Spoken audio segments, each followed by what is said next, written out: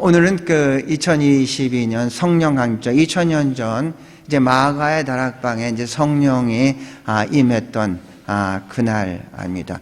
우리가 기독교에서 이제 크게 세 가지의 절기를 이제 지키고 있습니다. 첫 번째, 예수 그리스도가 탄생하신 성탄절을 지켜요. 12월 25일 이것은 고정된 거죠.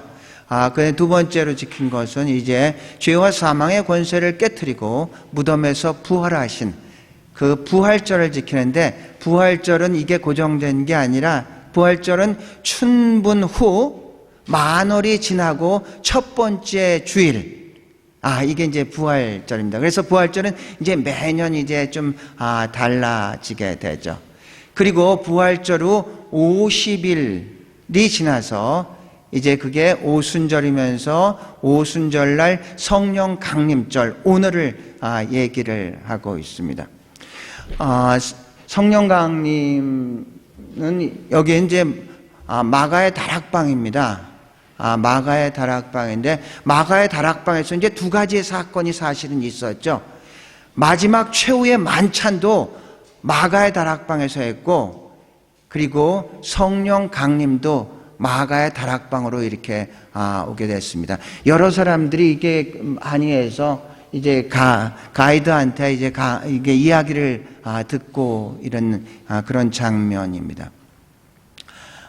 이 오늘 말씀을 준비를 하면서 우리 교회가 이제 시작한 3년 전인데요. 교회를 시작한 그날을 혹시 기억하고 계신 분이 계십니까?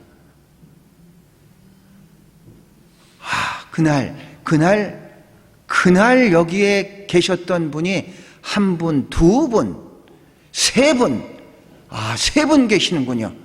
그날을 한번 돌아보겠습니다. 2019년 4월 14일입니다. 4월 14일. 잘 안 보이나요? 사택입니다. 6개월 동안 사택의 시절을 지냈었던 그날, 이제 첫 번째 예배를 드린, 여기에서 계신 분이 우리 조금수가 아니죠. 김정근 부교님, 최춘화 부교님, 그리고 조삼덕 부교님이 여기 계실 텐데, 조삼덕 부교님이 겸손해가지고 딴 데 가셨나 봐요, 일찍. 그 나머지 분들은 이렇게 다른 교회에서 이렇게 오셨더나, 이제 벨모아에서 한동분이 왔었나요? 이제 이렇게 이제. 그리고 4월 14일 날 예배를 드린 후에, 그리고 다음 주가 이제 부활절이었습니다. 마가의 다락방에 성령이 임함으로써 바로 그때가 이제 교회의 생일이 된 겁니다. 예수 그리스도가 마태복음 16장에 보면은 가이사랴 빌립보에서 제자들에게 묻죠. 너희는, 세상의 사람들은 먼저 묻어요. 세상의 사람들은 나를 누구라고 하느냐? 여러 가지로 얘기해요. 엘리야라는 사람도 있습니다. 세례 요한이라는 사람도 있습니다. 선지자 중에 한 사람이라는 도 있습니다. 여러 가지로 대답하는데, 좋다, 그건 세상의 사람이고 너희는 나를 누구라고 하느냐? 할 때 베드로가, 성질 급한 베드로가 얘기했죠. 주는 그리스도시로 살아계신 하나님의 아들이인다. 이게 16장 16절입니다. 예수님께서 그 말씀을 듣고 감탄을 하면서, 바요나 시몬아, 내가 참 복이 있다. 이것을 알게 한 것은 너희의 혈육이 아니라 하늘에 계신 하나님이다. 이제부터 내 이름을 베드로라 하라. 내가 내 위에 내 교회를 세우겠다. 그게 이제 18장, 내 교회를, 네 교회가 아니라 내 교회를 세우겠다.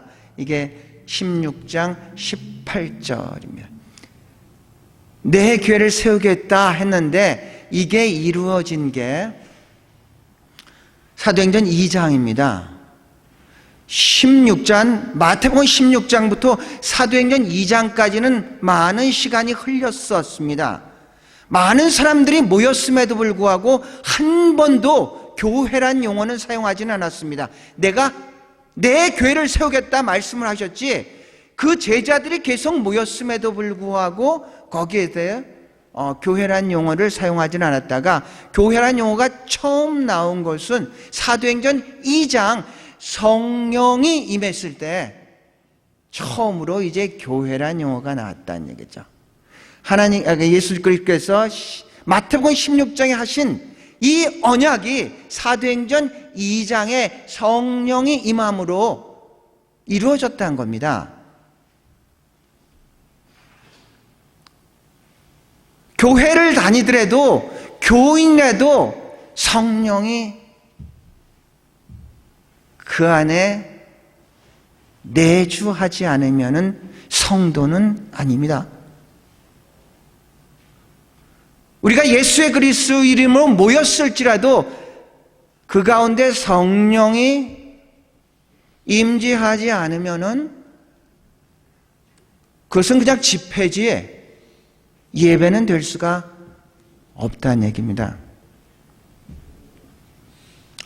오늘 여러분과 같이 은혜를 나누고자 하는 것은 오순절은 성령 강림절이라는 제목으로서 세 가지의 포인트를 통해서 같이 은혜를 나누고자 합니다. 첫 번째는 구약의 오순절, 두 번째는 신약의 오순절, 세 번째는 오늘의 오순절. 이 포인트를 가지고 말씀을 나누겠습니다. 첫 번째로 우리가 생각할 것은 오순절이라는 단어입니다. 오순절이란 유대인들에게는 7대 절기인데 가장 큰 절기는 세 가지의 절기가 있습니다. 유월절과 오순절과 장막절, 이 세 가지의 절기가 있습니다. 유대인의 절기를 볼 때는 우리가 반드시 두 가지를 기억해야 된다고 했습니다. 하나는 농경적인 의미가 있고 또 하나는 종교적인 의미가 동시에 같이 있습니다.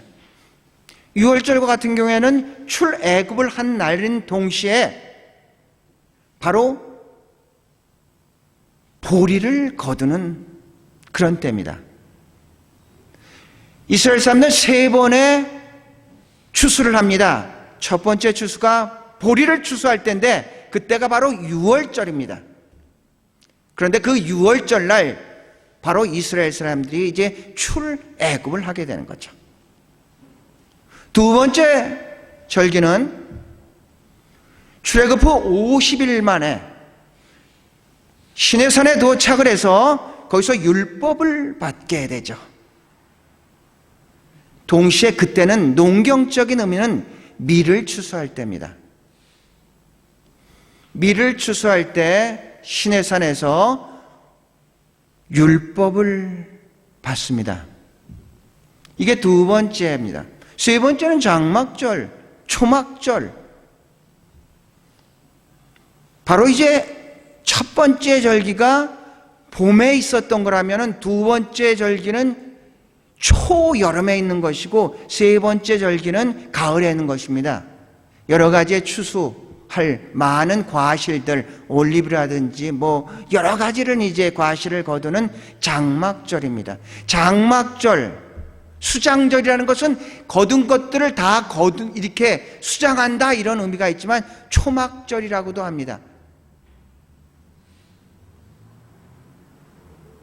유대인들이 자기의 조상들이 40년 동안 광야에서 있었던 그 사건을 기억하면서 초막을 세워서 그것을 기념하는 그런 절기입니다. 그래서 장막절은 과실을 거두는 농경적인 추수의 의미가 있는 동시에 초막절이라고 할 때는 바로 40년간의 조상들의 그 광야 사행을 기념하는 겁니다. 오늘 우리가 생각하는 것은 오순절입니다. 그 중간에 있는 것이죠. 다섯이라는 것은 오순절 다섯이죠. 순이라는 것은 열이라는 뜻입니다. 영어로서 펜타투코스트라고 합니다. 펜타라는 것은 다섯이라는 뜻입니다. 우리가 카메라에 펜탁스가 있습니다. 왜 펜탁스라고 그 사람들이 이름을 줬냐면 그 카메라 렌즈 안에 5각의 프리즘을 장착을 합니다. 그래서 자기네들은 특별하게 이 오각을 넣는다고 해서 펜탁스라고 얘기를 합니다. 미국의 국방성을 펜타곤이라고 합니다. 왜냐하면 그 국방성은 바로 그 건물이 오각형으로 이렇게 만들었습니다. 우리가 모세 오경을 펜타투크라 합니다. 오경이라는 얘기죠. 그래서 이제 펜타라는 것은 다섯이라는 뜻이고 손이라는 것은 열이라는 뜻입니다. 그래서 우리가 사순절 그러면 40일을 얘기하는 거고, 오순절 하면 50일을 얘기하는 거고, 칠순잔치 하면은 70세를 칠순잔치라고. 순이라는 것은 열이라는 뜻입니다. 우리나라 최초의 근대 신문이 한성순보입니다.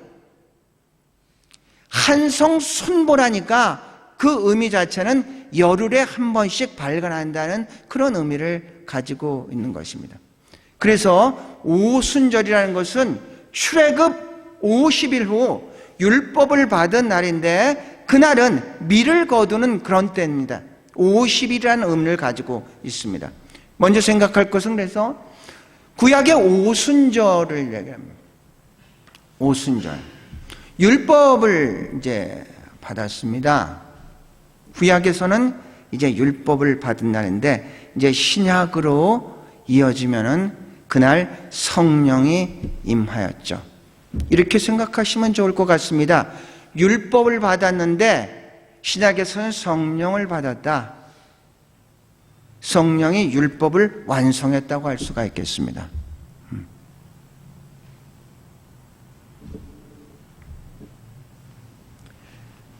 신약의 오순절입니다. 신약에서는 이제 성령이 이제 이 오순절날 임하게 됐죠. 성령이 딱 임하고 나니까 오늘 우리가 읽었었던 본문을 보면은 이 성령은 갑자기 어느 날 온 것이 아니라 요엘서 2장 28절에 요엘이 이 성령을 모든 육체에게 만민에게 주겠다고 약속을 했고, 또 예수 그리스도께서 부활하시고 40일간 이 땅에 계시면서 마지막 승천하기 바로 전에 여기서 예루살렘에서 기다려라, 내가 너희들에게 성령을 주겠다고 약속된 그 말씀입니다. 갑자기 나타난 게 아니라 내가 성령을 너에게 줄 테니까 예루살렘을 떠나지 마라, 그렇게 말씀하신 그 성령이란 얘기입니다. 그리고 승천하시고 10일 만에 성령이 임하게 됐죠. 거기서 50일이 됐죠.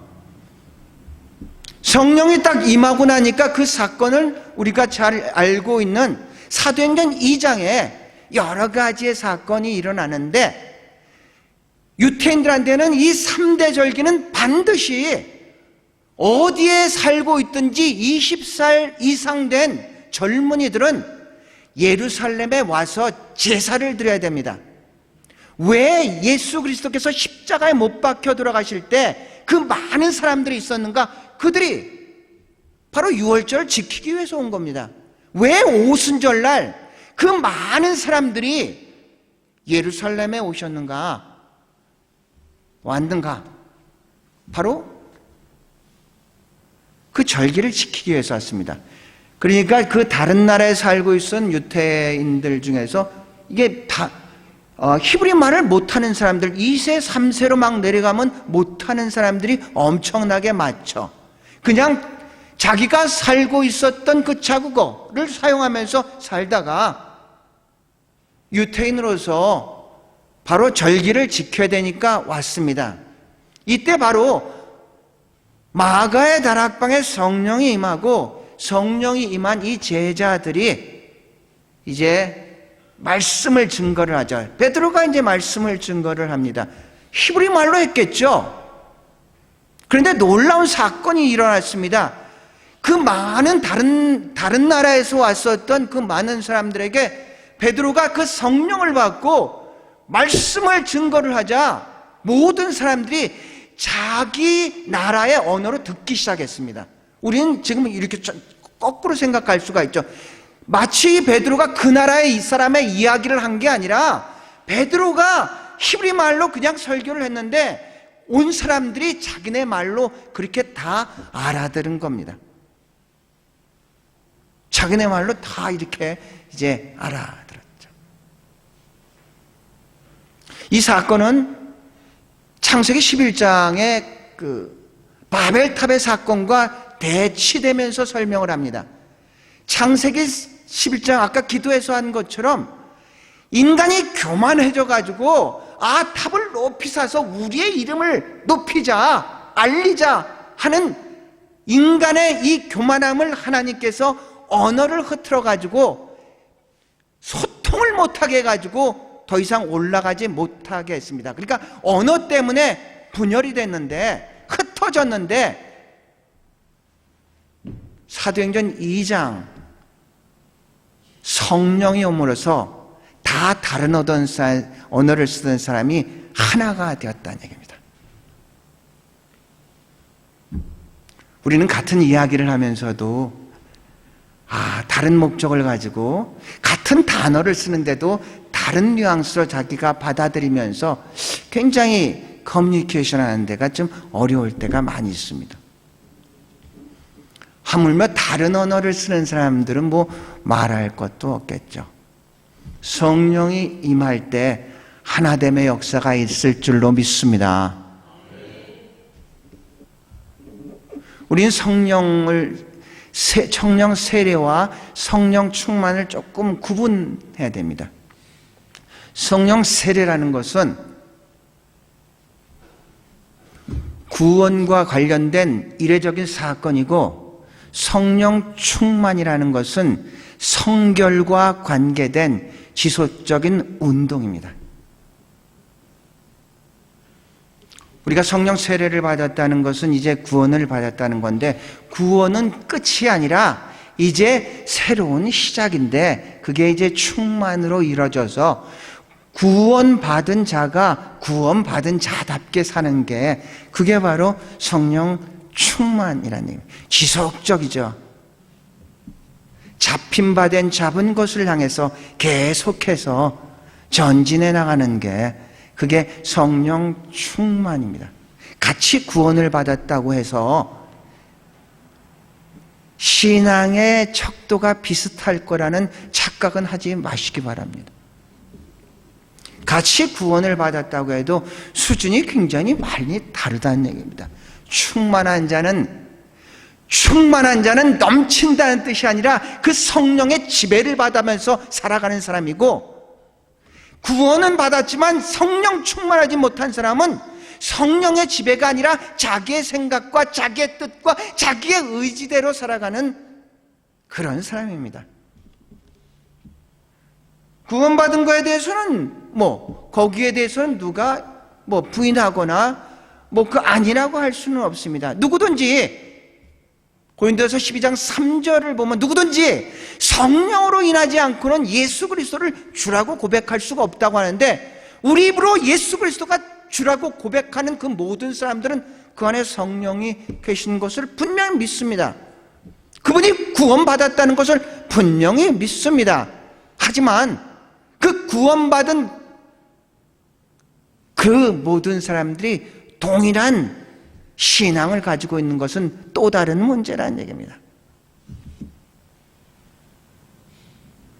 충만이라는 것은 넘치는 것이야 지배를 받는다는 얘기입니다. 민감하게 우리 안에 거하고 있는 성령에 반응하며 그 뜻에 순종한다는 얘기입니다. 성령 충만한 사람들이 방언을 터뜨리기 시작했습니다. 방언에는 두 종류가 있습니다. 사도행전에 방언이 있고 고린도전서 12장에 방언이 있습니다. 사도행전에는 방언은 성령을 통해서 교회에게 하는 방언입니다. 대인 방언이라고 얘기를 합니다. 고린도서 12장은 성령을 통해서 대신 방언입니다. 하나님께 하는 겁니다. 조금 다른. 그래서 사도행전 2장의 대인 방언은 다른 아더 랭귀지입니다. 텅입니다. 텅. 다른 언어입니다.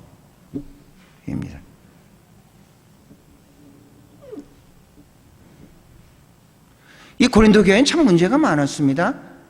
뭐 결혼 문제, 음식 문제, 거기다가 이게 은사 문제까지 누가 높냐? 이런 문제까지 아주 복잡한 교회가 이 고린도 교회입니다. 은사장은 로마서 12장과 고린도 12장과 에베소 4장의 은사장인데, 특별히 이 고린도에서의 12장에서는 이제 방언의 은사들을 이제 나타나고 있습니다. 그러니까 이 은사를 가진 사람들이 네 은사가 더 높은 은사냐, 내 은사가 더 높은 은사냐, 그렇게 막 이제 따지고 이제 막 다투고 그랬었던 것 같습니다. 그러니까 사도 바울이 그것을 정리를 합니다. 10장의 여러 가지 은사를 하면서 어떤 인간의 지체와 같이 모든 지체가 다 필요한 것처럼 모든 은사가 다 필요하다. 그러면서 12장을 마지막 끝날 때쯤에 그렇지만 이런 은사보다 더 큰 은사를 사모해라 하면서 사랑장이 그래서 13장에 이제 등장을 하게 되는 거죠. 그리고 14장에 방언과 예언의 은사를 갖다 이제 비교를 하면서 합니다. 14장 2절에 이렇게 나옵니다. 방언을 말하는 자는 사람에게 하지 아니하고 하나님께 하나니 이는 알아듣는 자가 없고 영으로 비밀을 말함이라. 그러니까 고린도전서 12장, 그러니까 14장의 방언은 대신 방언입니다. 하나님에게 얘기를, 말씀, 성령에서 하나님께 기도를 할 때 그 성령에 이끌려서 이제 방언을 터뜨리는 것을 이제 대신 방언이라고 이제 얘기를 합니다.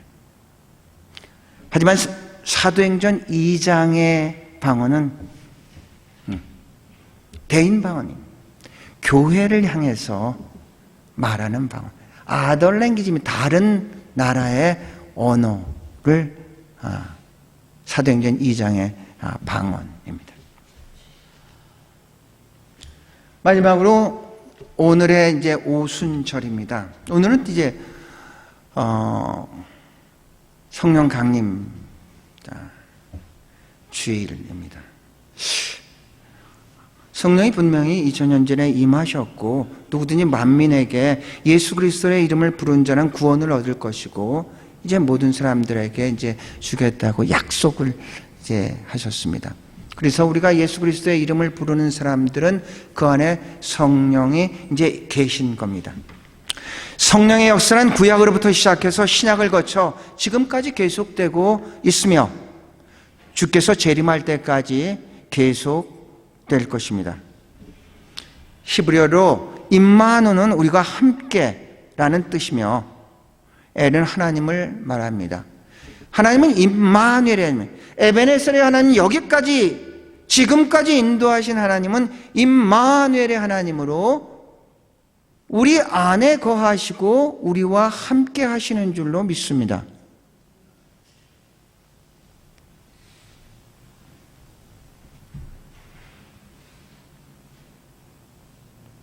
이것은 약속된 얘기죠. 이사야서 7장 14절에도 약속을 하고 마태복음 1장 23절에도 아들을 낳으니 이름을 임마누엘이라고 하라.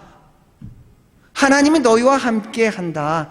이런 의미입니다. 우리는 그 성령의 내주, 주란과 이렇게 주인, 주택 하면서 안에 indwelling을 얘기합니다. 그 안에 내 성령의 내주라는 것은 우리 안에 거하고 있다는 그런 의미입니다. 성령의 내주, 그 안에 우리 안에 성령이 거하고 계시다. 누구든지 예수 그리스도의 영이 없으면 예수 그리스도인이 아니라 그랬습니다. 우리가 그리스도인이라는 것은 우리 안에 그리스도의 영, 하나님의 영, 성령이 내주하고 계시기 때문에 우리가 그리스도인인 줄로 믿습니다. 성령이 내주하며 또 임재한다는 표현을 씁니다. 임재는 presence입니다. 유태인들은 이 회당이나 어떤 성스러운 곳에 이제 갈 때 반드시 이제 키파를 씁니다. 유태인 모자를 반드시 씁니다. 동국예배에 들어갈 때 안 쓰고 들어갔다가 그 사람이 거기 앞에서 지켜가가지고 이걸 쓰고 가라고 그 옆에 준비는 다 되어 있습니다.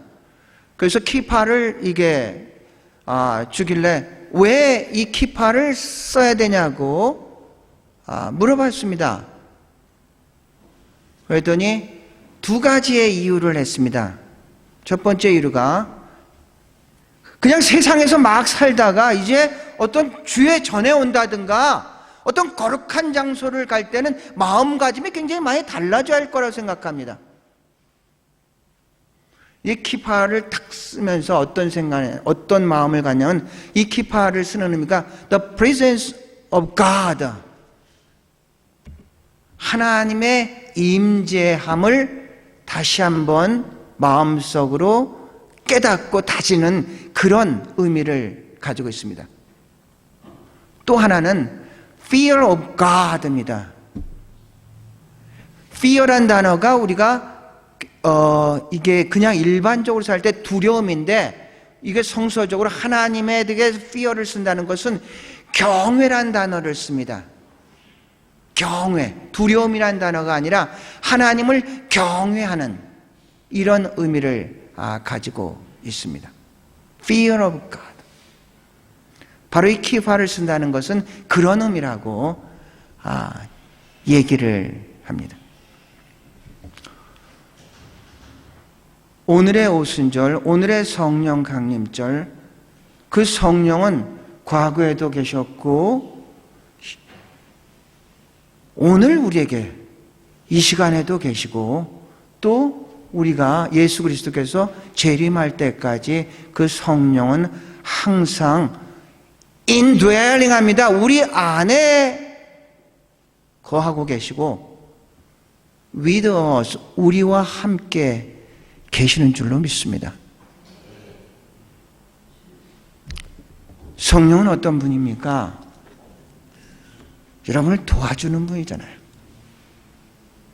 우리를 위로하시는 분이잖아요. 우리를 카운셀링하는 분이잖아요. 우리가 무슨 말 할지를 모를 때 우리를 위해서 대신해서 말씀해 주는 분이 우리 안에 거하고 계시고 우리와 함께 계신 성령인 줄로 믿습니다.